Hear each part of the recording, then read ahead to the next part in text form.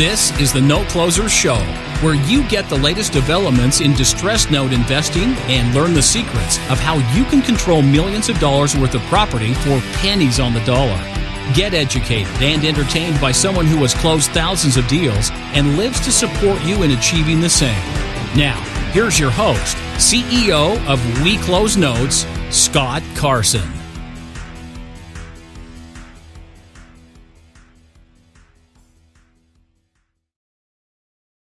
Good morning, good afternoon, good evening, everybody. Hope everybody had a great weekend. Welcome to this episode of the Note Closer Show. We are off. Good morning. Rocking today. What a very busy weekend. We had our monthly, every 6-week fast track training this weekend here in Austin, and had a great group of new fast track students and new Mastermind members to come join us for a couple days. So that was really good. Always nice to connect with like-minded people that are out there doing some great things, who are focused. What's interesting is we had some people coming over from the fix and flip side. They couldn't find deals anymore, so they're more focused on the note stuff, and they've been looking at a 6-month transition. We've had people who've had just chaos in their lives with different things going on, real estate-wise or personally, who are now like coming outside of the fog and ready to rock and roll. And people that are, they're the players, they either been laid off from a job, they were looking to transition something a little bit that they have more control of, and other people that are looking to really make deals, some hustlers. So it was a really great weekend. And I first of all have to congratulate everybody that's watching this morning or listening on the podcast out there. For those that are listening on Stitcher, iTunes, it's good to be alive this morning, everybody, because the world didn't end Saturday, as they said, right? No end of the world. So I always crack up about that when I hear those different predictions from Nostradamus to the Yahoo who said it was supposed to end this weekend. But I don't know if since the Aztecs didn't have it right, I think we're going to be around for quite some time unless somebody gets an itchy trigger with their nuclear missiles from somewhere. But anyway, that being said, a lot of people reached out to me and have asked me over the years, what would I do if I had to start all over again? And so let's set the picture. Let's set the time or the occurrence if something like this were to happen. If I had to start over doing what I'm doing now, if I had to start over as a new note investor with none of my contacts, let's say my whole contact list is wiped out. Let's say all my videos are wiped out. Let's say all my asset manager contacts are gone. I've got literally to start over, and all I've got is my phone and my computer, but I don't have a big budget for marketing, and with it being Monday, tonight we'll do our Note Night in America, and it'll be a lot more in depth. We'll do some, we'll have a PowerPoint that goes through this, but today it's just kind of sharing kind of what I do. And if you've been through an end of world experience recently, you've gone through the big deal of a divorce or separation, or you've been laid off from your job, or God forbid you've been through a natural disaster like what happened with Harvey and is it Irma? Yeah, exactly. That hit Florida. And you're wondering what the hell to do. You're sitting there and maybe you're in a market that you can't find a lot of deals that make sense for you to. Maybe you're in the land of fruits and nuts, California. Okay. What would I do? What would you do? And a lot of people ask themselves there, because we've had people recently reach out to me because there's a lot of noise going on out there. I had somebody that basically come in and they're going to like all these events. They're going to a different seminar every weekend. And we had people that like sometimes, they just, I had that people talk to me this weekend about that here at the Fast Track, was like, man, there's a lot of noise out there. Should I do fix and flip? Should I do this? Should I do notes? Should I do partials? Should I do seconds? Should I do first? The thing you have to realize is you have to do some of your due diligence on what you want to do, okay? And if I had to start all over again, the first thing that I would do is I'd go join my local real estate club. And I would go up to the president of the club, the person who is, and let me recalibrate this statement. I would go to a real estate investment club where the president is out to run a club, not to just put money in his pocket. Okay. There are some investment clubs out there with the presidents and the people that run it. It's solely for their purpose of making money. Maybe they're an educator that runs a club and they only want to educate on the things that they teach people. They don't have a true spectrum. Or maybe I know one guy in San Antonio who's an attorney, runs a club, and he won't let anybody come in and speak unless it's going to help him with his legal practice. That's why he doesn't like notes, because it's not a lot of stuff in San Antonio. It's not going to feed a lot of stuff to his law practice. And you know what? That's okay. Kudos to them. But I would go find a real estate investment club that is truly kind of neutral, all right, and talk to the president and talk to the people that are closing deals. Ask the president, hey, who here is closing deals? Who here is closing and doing a lot of different things? And then I would pick that person's brain. Hey, if you had to start all over again, where would you start? If you're closing 100, 200, 300 assets a week, well, that's not a week, I'm sorry, a year, what are you doing? Is that feasible for me to do it? Or do I need to have a lot of things? I think that a lot of people get sold a bag of goodies based on a person being in one market and having control of that market. And that's okay. One market, hey, if you can make money in one market alone, by all means do that. But a lot of people are in areas that they can't. Okay, they can't duplicate what somebody else has done, especially in today's thing. But that's what I love about notes. You can duplicate a lot of things. So I would go talk to that real estate club member or the real estate investor, find out what they're doing. I would find a mentor, somebody who's actually doing the business. I would go find somebody who's actually closing deals. I mean, there's enough people out there that talk the talk but aren't walking the walk, everybody. So keep that in mind. All right. That's the whole hashtag, what have you closed lately? Hey, what deals have you closed lately? Can I take a look at them? Can you tell me about them? Would you mind, sharing your case studies? That's an important facet, and what's so also great about the investment clubs that I would go join to start off with, I would go and I would talk to the people that are closing the deals. The other people, they're closing deals. What do they do? How do they get started? All right. Because you often find a wealth of knowledge in other people that are closing deals. But you find out, hey, was this your first deal or was this your 500th deal? Okay. Now, one important thing too, if you gotta remember, it's the end of the world. I'm starting all over again. I would collect as many business cards at that investment club as possible.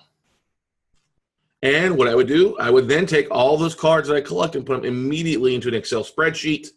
And then since it's starting all over, I'd upload it to a CRM tool like MailChimp, which is free up to 2,000 connections. Okay. And I start emailing, hey, thanks. It was great meeting you at the meetup last night or this last weekend. Okay. That's the first step. Now, the second step is I would want to build a database as fast as possible. Now, one of the things that happened this weekend, several of the people that came have like 200 people in their database. That's it. They don't have a big database because they've not focused on it. Okay.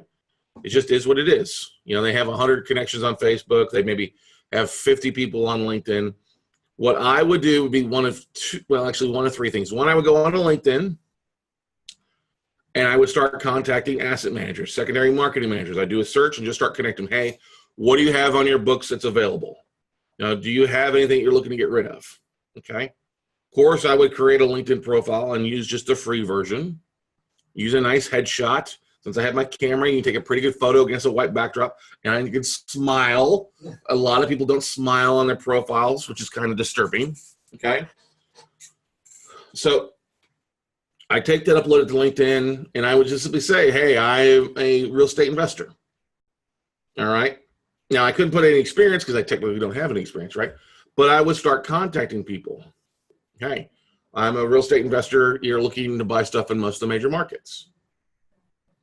All right. So I'm going to start building my database and my network. So I'm going to start connecting with asset managers there, like I said before, reaching out to them, see if they have any tapes that are available.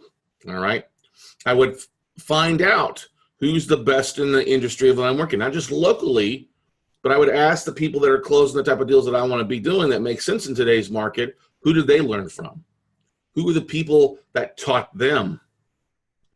Who are the people to avoid in the industry? Are there jokers out there that just talk it but don't walk it? Okay. So that's important. I'd want to find out where that person, their mentor or whoever that is, where that person is. If that person has stuff on LinkedIn, or is on YouTube, or is on Facebook, I would then go spend time researching what they're doing. And one of the things that I have done personally is like that. I started following Gary Vaynerchuk years ago because I loved what he did. And I started duplicating some of the things that he did. Now, obviously on a smaller basis, but note investing is a niche. And there's nothing stopping you. You don't have to have fancy camera equipment. Remember, I would start doing stuff with just my camera phone. That's what I did to begin with this earlier on. All right. I would just simply start, taking photos of properties that I could find. Hopefully, a few of these asset managers will send some lists, which is what they will eventually do. If you just follow up, okay? Try to not make it a challenge to connect with 50 asset managers every night when you're at home through LinkedIn, okay? I would then also go onto meetup.com. All right, Meetup is free. And I know that I've got to expand my database just outside my local market because you can only meet maybe 50 people in an actual 24-hour period. I mean, you meet a few more people, but literally, if you're out really hard, trying to network and canvas an area, that's a lot of one-on-one conversations. I'd want to go find something, where I can network with many people. That's why the local real estate clubs is one of the first and most important things. So I would go to meetup.com. I would go jump on the bigger cities in the country: San Diego, San Francisco, Houston, New York, Minneapolis, Chicago, LA, Orange County. I go find real estate investment clubs in those areas, join them virtually because there's no cost to join virtually. And I would start leveraging their message boards. I start leveraging their mailing lists to then connect with people. All right, I go get that set up so that when I have something available, boom, I can send it out to those message boards to connect with people, okay? Now, a lot of people ask me, well, Scott, how would you raise capital to begin with all over there? People don't know who you are. Just start sharing examples. Start going on there. When I first got started, be the same things that I would do then that I did now. I jump on there, I pull up a deal that I got from somebody, an asset manager, or a listing service or something like that, and I start marketing the deal. Hey, here's a deal that I'm working through. I use the free services initially to start pulling that information, start generating interest. Because you got to realize, a lot of people get upset that they don't have, they send an email out, or they send a post out, and they don't have $1 million in private money coming after them. I don't need that at first. All I need is somebody who's got 20, 30, 40 grand to start off with. That's one deal. All right? That helps me get stuff funded. Now, how would I put money in my pocket? Because that's what's important. Many people are either leaving their job or they've been laid off and they're surviving on their severance package, or they've got their 401k they need to do something with. I would literally start putting deals together where, hey, they fund 25 and I really only need 20 to fund. But that extra 5 is going to go in to cover some expenses, but I'll also put a grand or two as a management fee into my pocket. Okay. I would jump on Facebook and look at some of the free real estate groups. So there's some pretty good large real estate groups on Facebook and also on LinkedIn to connect with.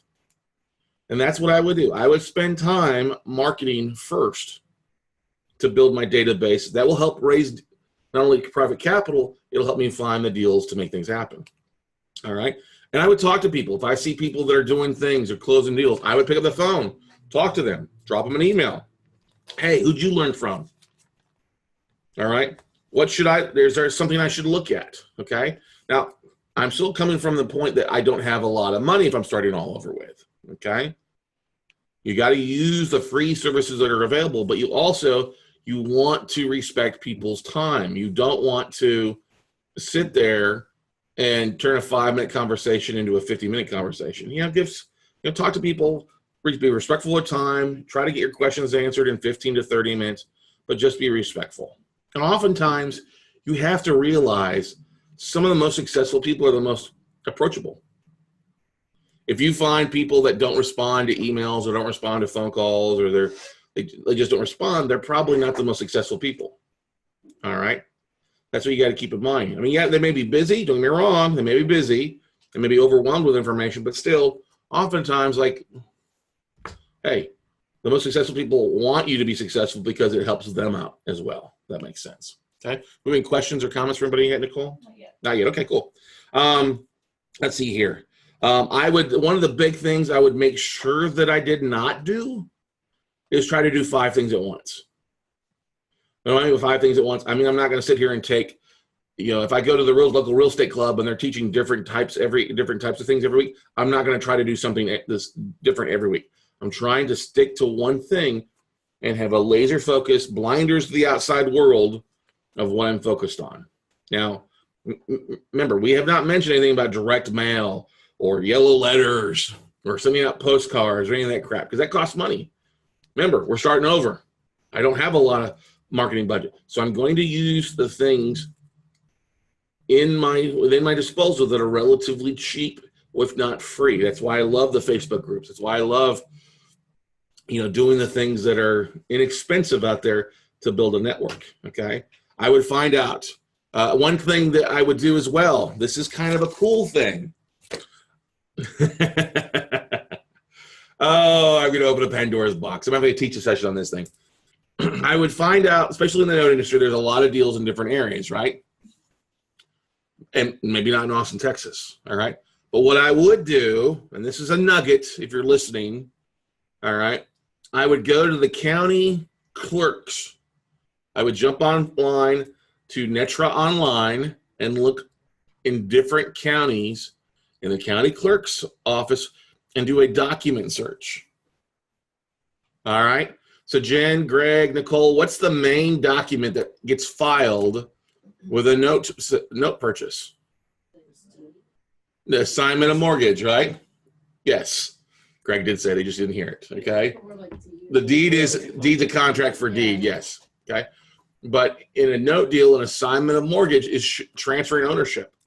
I would literally go to the county clerk and do a document type search for the last 6 months or the last 12 months on assignments of mortgages. Why? Because that'll tell you what mortgages have been bought and sold across the board. And that will give you the name of 2 potential sources right off the bat on each document, the person or the company that sold the note, which is what you're looking for, and the company that bought the note, which is also what you're looking for because they probably have other notes available. That's the nugget itself. So once again, let me restate that. I would go do a document search for the assignment of mortgages. And it would give you a list for the last 6, 12 months, how far you want to take it back. Don't get me wrong, a lot of those will be, from the big boys, the Bank of America's, Chases, Citibanks, things like that. But you will find plenty of smaller regional lenders and hedge funds that are moving stuff. And they may not have a lot of stuff in your local market, but they've done something in your market.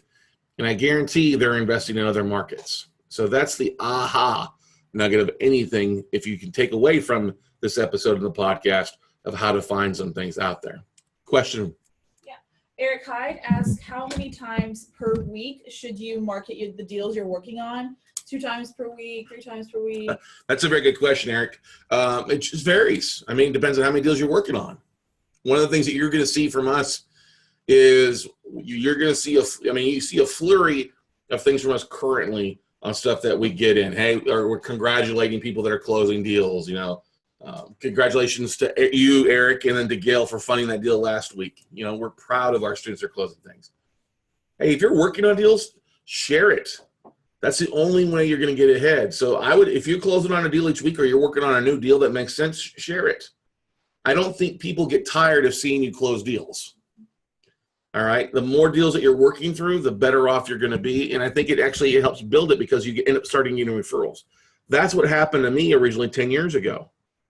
I started breaking down assets and I started sharing, hey, here's a deal that I'm working through. And somebody, one of the ex-big gurus asked, hey, does anybody know anybody closing notes? And they asked it on Facebook. And 3 of my connections that I'd met recommended me, and then that guru called me up and asked me to come speak at their conference on notes. They actually paid for me to come out and talk about it. So share the deals that you're working through. Share them. Hey, you're getting ready to close on. Here's another deal we're working on this week. Here's the deal of the day. All right? Or here's our lunch and learn. I mean, that's one of the things that would be really, really cool if everybody's doing that. Yes, because people, let's face it, 90% of people aren't going to do something. That's just the law of numbers. 90% of people that come to our workshops or 90% of people that go to the note camp that attend aren't going to pull the trigger, and that's unfortunate. I wish it was the other way around. I wish it was 90% pull the trigger and only 10% didn't do something, but that's unfortunately not how life is. All right? Not that they don't want to, just that they either have a mind block of some sort of whether raising capital or making an offer. They don't have the confidence. I mean, and sometimes they just need someone to hold their hand. That's why you'd want to find out who the mentors are out there that are actually doing things. Because then you can reach out to them, hey, I'm working through a deal. Do you mind if I run this deal by you? And oftentimes, yeah, sure, let's talk about the deal, okay? But yeah, I see a problem with sharing on a daily basis. If you've got deals you're working through on a daily basis and you got good photos, hey, share the journey. At least we like seeing them. Yeah, we like seeing them, exactly. And that's the beautiful thing. You've got different groups that you can dive into that are free. I mean, there's some large LinkedIn groups that have 500,000 investors. If you got to get 1% of 500,000 investors, how many is that? That's 5,000 people. Literally, I've implemented something new in just literally like the last week since I was out in California at the Content and Commerce Convention, and it's added over 150 contacts on LinkedIn just in the last week. It's blown. It was designed to do something else, but as a side thing, it's literally adding in. I'm not going to share what that is. It's a little nugget that I'm keeping for myself, but it was well worth it. And it was it's actually a free version that I'm running right now, and then I'm going to update to the paid version here when my free version is over in another week. All right. But that's another thing. I would find it, hey, are there any tools that people are using that are initially free to use? Like I said, MailChimp's free up to 2,000 connections. If I expand my database beyond the 2,000 connections, I might open up a second MailChimp account initially to solve that 2,000 threshold until I could make some money. Now, don't get me wrong. Once you go over 2,000 connections, it's like $35, $45, maybe $55 a month. It's relatively cheap. Okay. But for the most part, most of you aren't going to build 2,000 connections before closing a deal.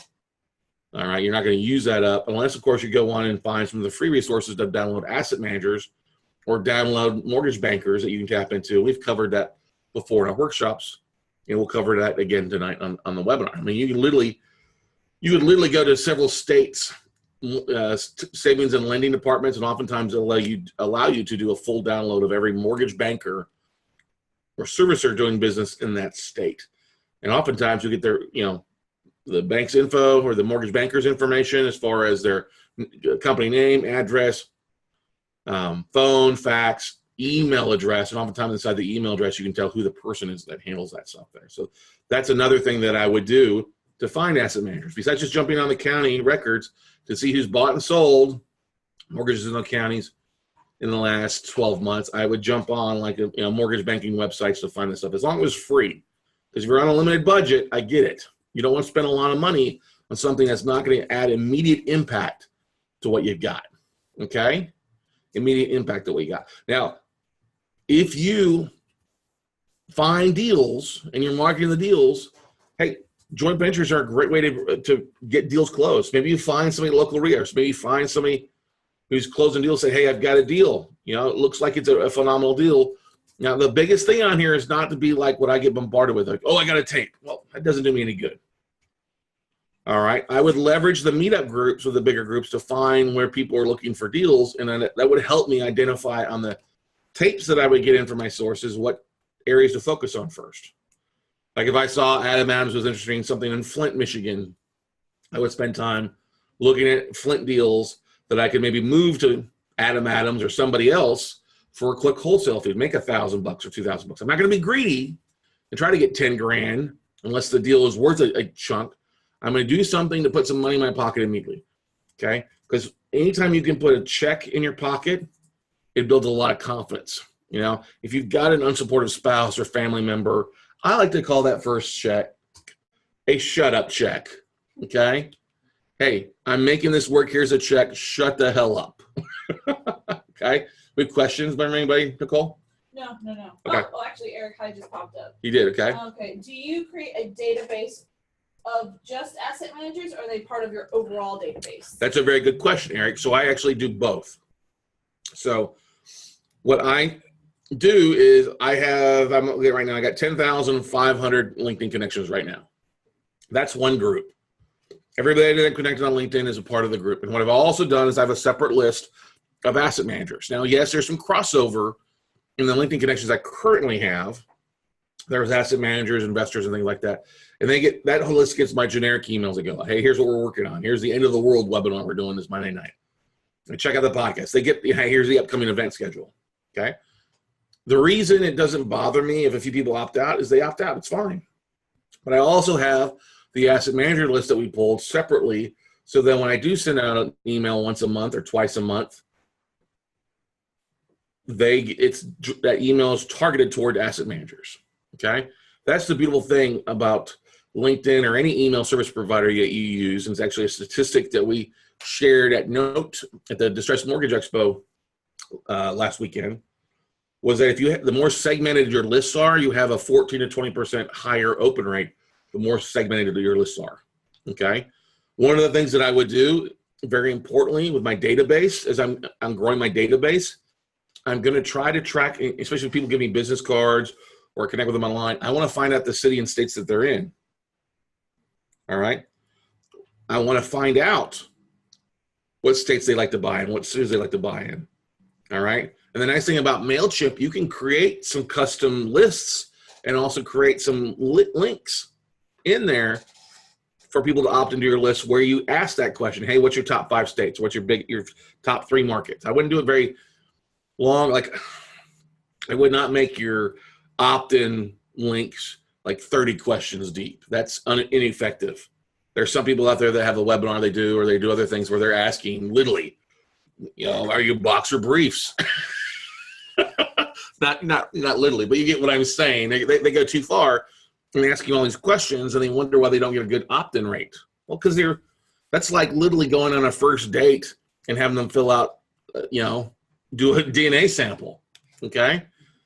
What you want to do is keep it simple. So if you were I was going to create new lists on MailChimp, I could go on and create an opt-in list that I could post to Facebook, that I could post to LinkedIn, I could post to Twitter, I could post to Instagram, and that way I could track where my contacts come from. But I'd ask their name, their email, obviously, their cell phone, and say, hey, what are the states that you like to invest in? Very simple. State number 1, state number 2, number 3, or just make it where it's one thing where they give you the names listed out. And that will help you when you get these lists from the asset managers to be able to target, oh, hey, so-and-so likes Michigan. These 5 people like Michigan assets. Bless you. Let me send those Michigan assets I get in these lists to these guys. But let me do some due diligence first and make sure they're good-looking assets. I don't want to send an empty lot or a lean-to, okay, or a house that only has 2 sides to it, okay? Those are important things. You want to add value to your connections and to you working with those people. That's the important thing. I still see this a big fall down from people where they get exclusive lists. They do get a fresh list from an asset manager, somebody has been shopped around, and they sit on it. They don't do anything. They don't reach out to anybody. They look at it and they don't make any offers on it when they could be making money wholesale on the deals or doing some simple assignments or things like that over to other investors to make some money. At least something is better than nothing. We got another question. What's the question now, Nicole? No, it's Eric Hyde. Is there an efficient way to export specific data from LinkedIn? Say I have 1,000 contacts. Can I sort by asset managers and then export, or is it all combined at once? So what you have to do with LinkedIn is you have to do a download. Okay. So LinkedIn, it's pretty easy. Well, they've changed it up a little bit. It's not the most easiest thing to find. So I actually am sitting in LinkedIn right now. So let me double check this to make sure I'm doing this. Okay. Boom. One of the first things that you'd want to do is you'd want to try to connect your emails into LinkedIn. So if you use, I can use onescottcarson@gmail.com. I also use scott@weclosenotes.com. I would go in and connect my emails into LinkedIn so that LinkedIn could log into my email accounts and see all the people that we've emailed to identify people that have the same emails and profiles to help me connect with them, okay? So that's one thing that I would do, all right? Now, what I would also do, hang on here, let me go back here because it's a little trickier thing than it used to be. So, somebody just popped up right now. Wow, I got another 10 connections. That's awesome. Let me see here. Boom, boom. Your connections. See all. More options. That takes me to the same place.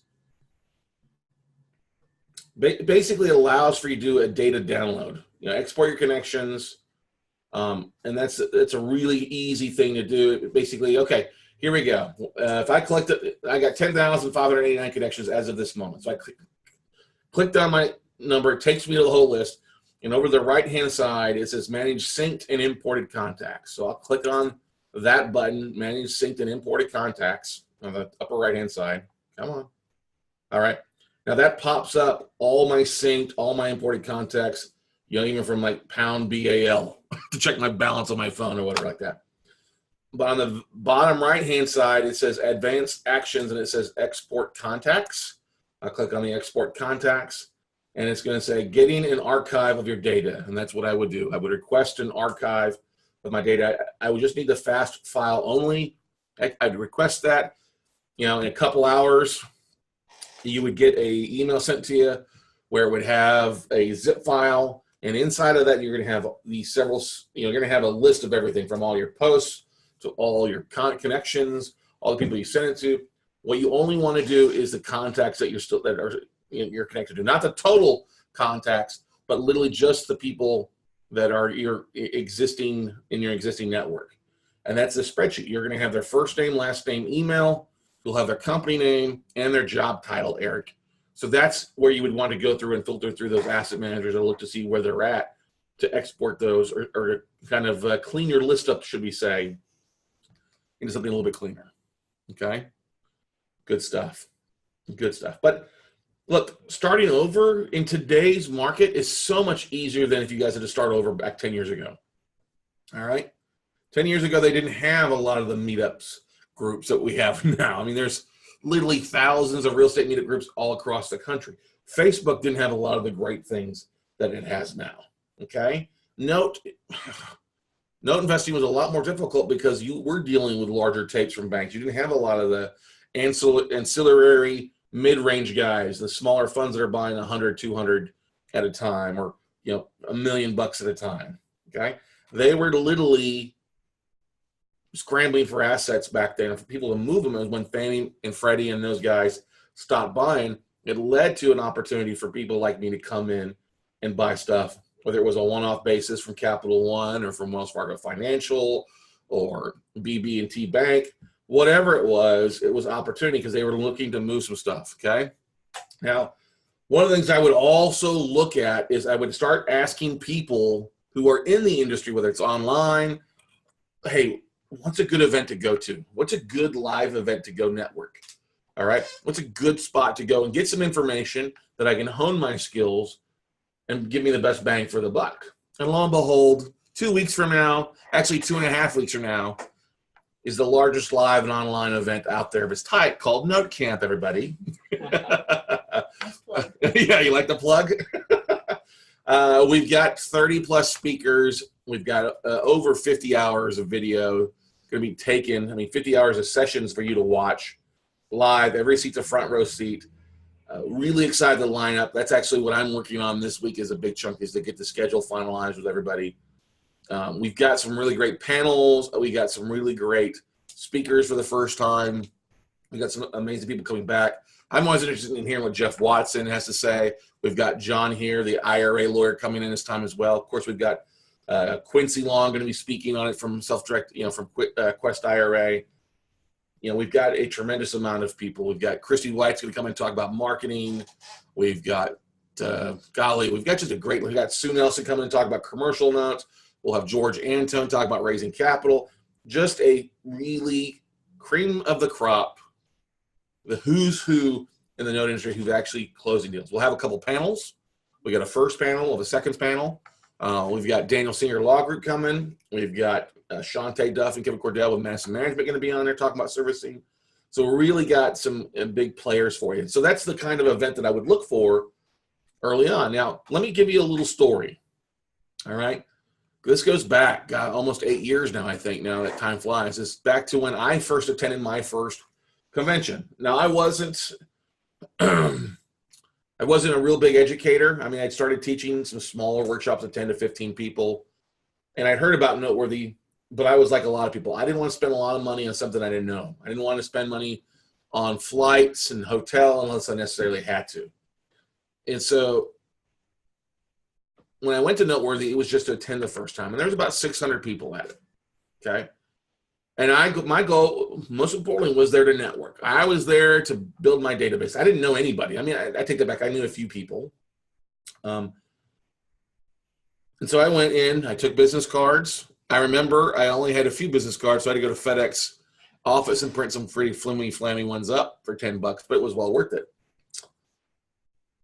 So what I did is I connected with a bunch of people, but I also asked questions. I asked questions, and there was one session, to this day, one session that helped build a network for me more than anything else. It helped me really leverage the event. And it was the hour-long session that Walter Wolford and Simon, I think Welch is the guy's name, I can't remember his name, they talked about marketing today's business. And Walter Wolford was sharing, if you know who Walter is, he's out of Jackson, Mississippi, does a great job. He does he's the Love Shack down there where he talks about a lot of creative stuff. And he also is one of the co-contributors to the Quest IRA cruise that we're going on in January. But he shared that he was filming the insides of all these rental properties in Jackson, Mississippi to help with his business. And Simon talked about how to use leverage. I asked if anybody was leveraging using video in their business. And nobody raised their hands except this one white boy from Austin, Texas.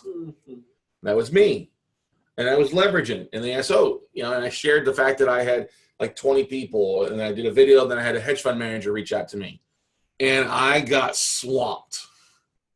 Literally at the end, I got swamped with people that were hungry for more knowledge. So I ran out of business cards to give out, but they started giving me their cards. And what did I do? I took all those cards from an event, all those connections. And when I went to bed that night, before I went to bed that night in Vegas, I sent an email out to everybody. Hey, it was nice meeting you. Look forward to meeting you tomorrow. Or, hey, look forward to connecting with you in the next week or so. I literally sent an email out almost immediately while it was fresh in everybody's mind. And I made sure I put my picture in the email as an attachment so they knew who they were talking with.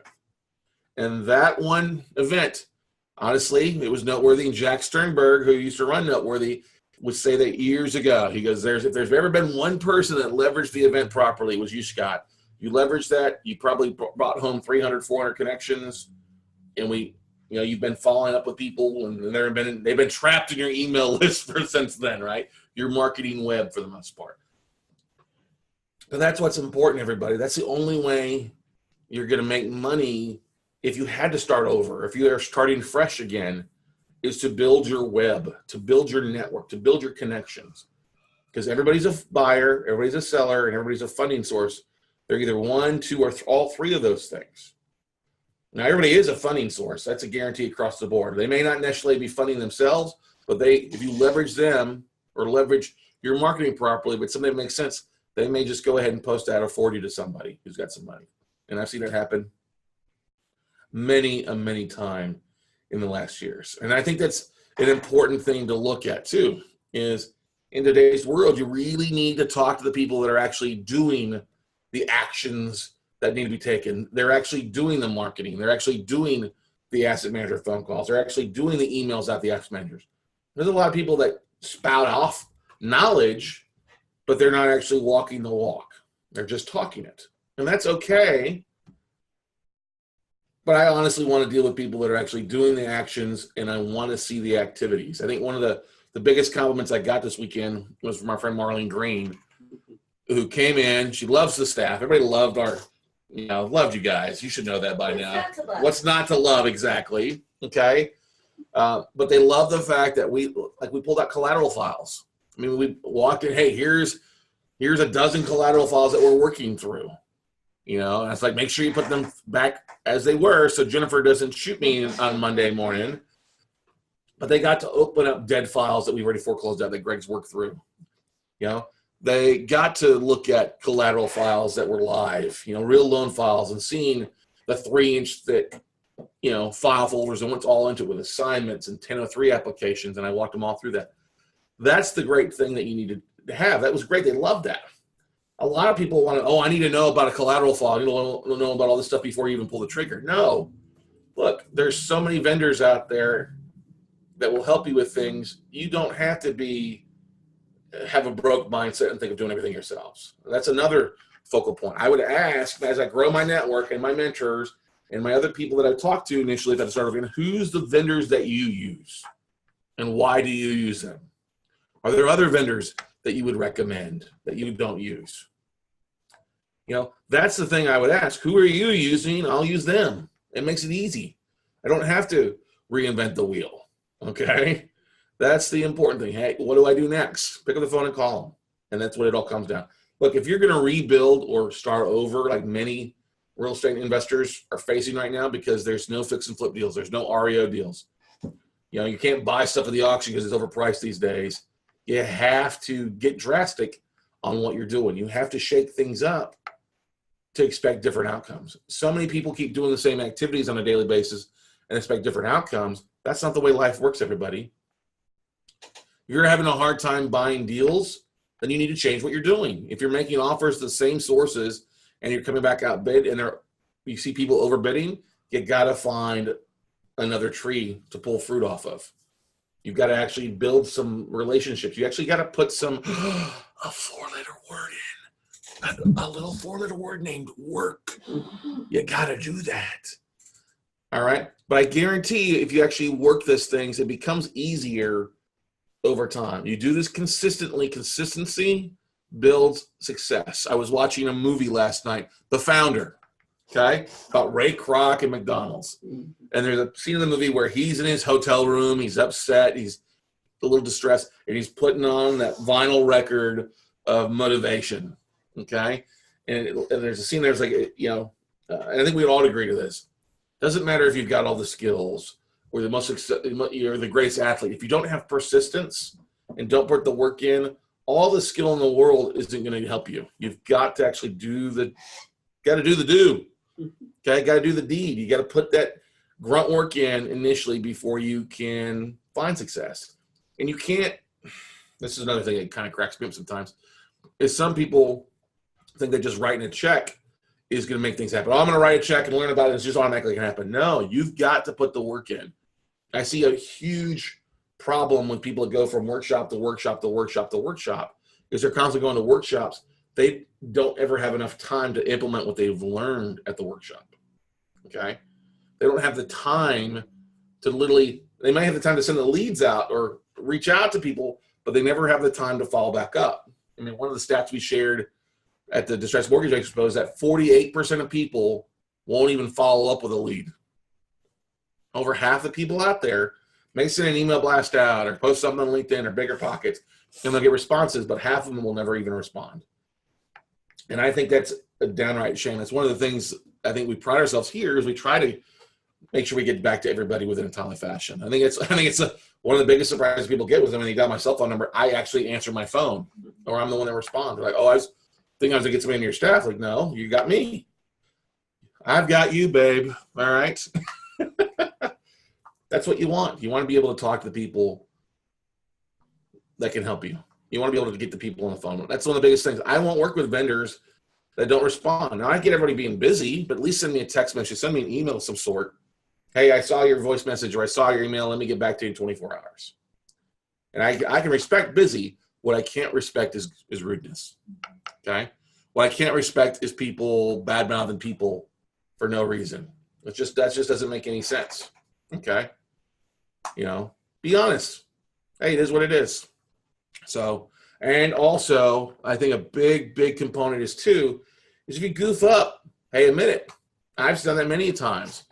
Own it. It's better to own it and come up with a solution versus sit there and hide from it. The truth always is known. The truth will set you free. Well, it's always going to be known, no matter how much you think. The truth is always going to come out. No, it always comes out. That's such the truth. The truth always comes out, no matter what you're trying to hide or other things like that. It does come out. All right, it totally comes out, and that's the funniest thing. It comes out definitely at some point. So those are. I know we kind of bounced around a little bit there, but it's kind of a bounced around in one position. As far as what would you do if you had to start all over again? And we covered a lot of things, but those are the things that would set the groundwork and the foundation for you to grow a bigger business is having a bigger network. You can have all the private money in the world, but if you don't have sources or don't have systems or you don't have a network to move stuff, you're going to end up botching the deal. So questions, comments from anybody? No? So how are we doing on time? Are we all right? 45. Oh, 45. Okay, good. So that's the big thing. So tonight, for those that are listening on the podcast, by the time you get this around to hearing this on the Note Closer show, you'll see the replay of tonight's longer webinar, The End of the World, Monday, No Night in America, The End of the World. We'll spend a little bit more time on the webinar night going into more specifics, showing the people there exactly where I would go, what I would do, and how I would do what I do. How I do the voodoo that we do, all right? So that's the big thing, I guess you could say. Look, for those that are listening, I'm so overwhelmed at the amount of positive feedback that people have been sending in. That, thank you for listening. Thank you for watching the videos. Thank you for subscribing to the podcast. It's we believe that there is plenty of deals to go around. All right, plenty of deals flow to go around. There's no reason to people to have to hide deal flow. Okay, plenty of stuff to make things happen. But the biggest thing you can do, though, out there, everybody, is just be honest with your people. I'll give you an example. I had somebody reach out to me who said, I've got some sources. I'm like, listen, I appreciate it, but unless it's a direct list you got from a direct bank or asset manager, don't send it to me. And they're like, you don't want to see it? Like, probably not. It's probably going to be from a source that I'm already direct to. And I don't deal with joker brokers, all right? I have no desire to deal with a joker broker. I'm only going to deal direct. I've been around business so long. And so if it is a direct list you have, but if it's just a recycled list you got from somebody, and I get if you're brand new, you're not going to know if it's a recycled list. This is one of the things I tell people all the time. If you get a list in, shoot me over the list. I'll look at it and tell you if it's a real deal or just a fake tape or an old recycled asset list. Okay, that's important. I'm not here to steal your deal. I got plenty of deals, but I do want to share with you and help save you from spending time on something that's not real. I mean, I can tell you how many times I got a listing that has assets on it that I actually I own or have bought in the near future, okay? Look, if you're really passionate about getting something done, getting started, start doing something.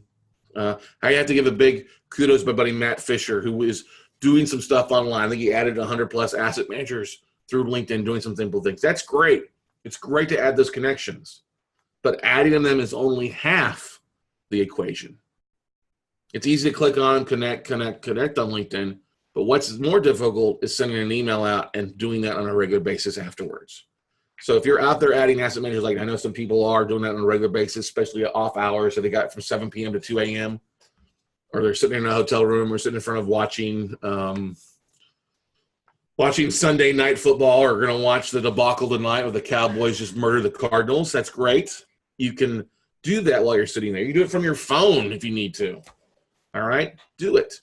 But then take the connections, export them, download them, and actually reach out to them. Hey, just wanted to touch base with you. Hi, this is what I'm doing. Hey, we're connected on LinkedIn. Or hi, we met at a convention. Or hey, we met at the local RIA club.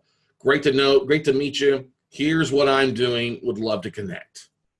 And doing that over and over and over and over and over again until it becomes habit. Doing it every day of the week.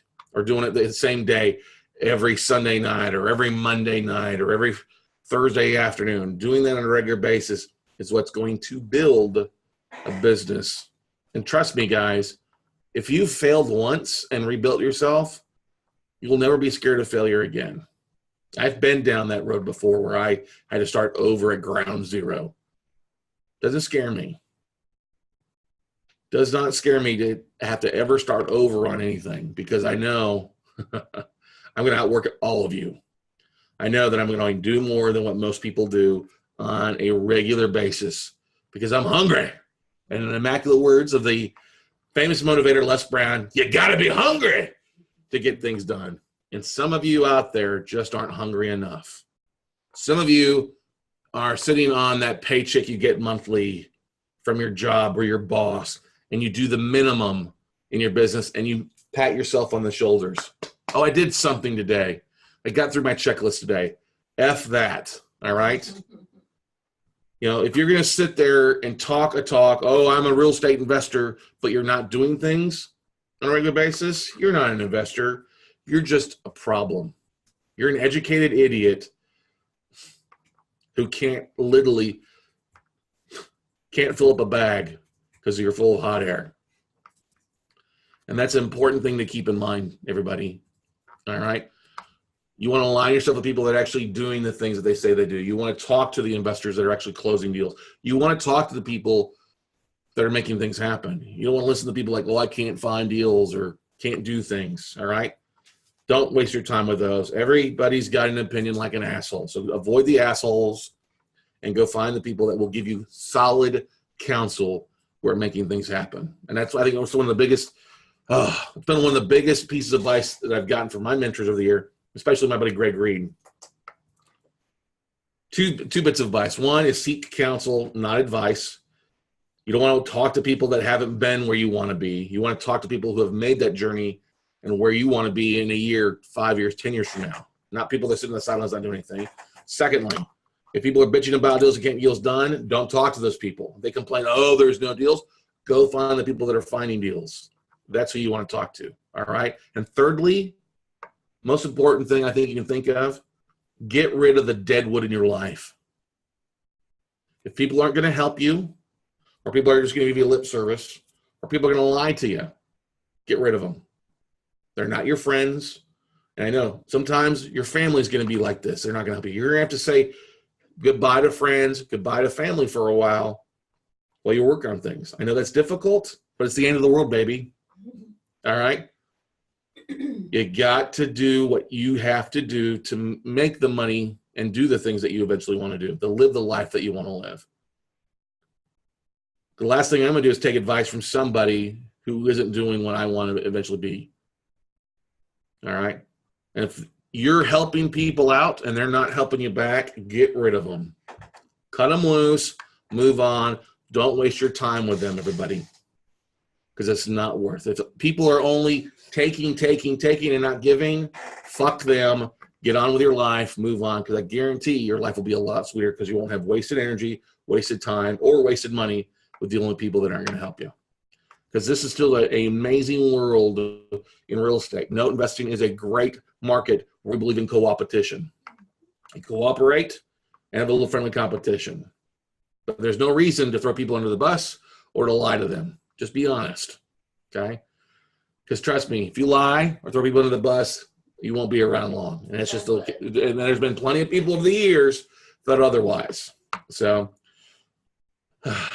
that's what I've got for today, everybody. So don't be afraid of the end of the world, everybody. Go out and make some money, all right? Don't worry about things blowing up on you because it's a very, very, very easy thing to get started to make things happen today. So do we have any final questions or comments from anybody? Well, Laura Blanc said she added 2,000 connections since Mastermind. Wow. Yeah. And so. Wow. 2,000 connections since, wow, that's. Mastermind, and she said she's looking to how to export, so I told her to go back and listen. Yeah, that's great. Congratulations, Laura Blanc. That's phenomenal. Laura and Julia closed on a couple deals too. So very proud of the people that are doing the things that need to be done. So phenomenal. I think it's a great way to end it on that there, everybody. So thank you guys. If you're out there listening on the podcast via iTunes, Stitcher, Google Music Player, any others, feel free to download it, leave us a review, tell us how we're doing. If you'd like for us to cover a topic, we'd be glad to. Shoot me an email at scott@weclosenotes.com. As always, don't forget to check out as well upcoming notecamp.live. Everybody get your tickets at notecamp.live. If you use the code podcast, you might just get a bit of a discount. So we're just about, like I said, 2.5 weeks out from that. Sign up for notecamp.live. Otherwise, everybody, have a great day. And we'll see you all at the top.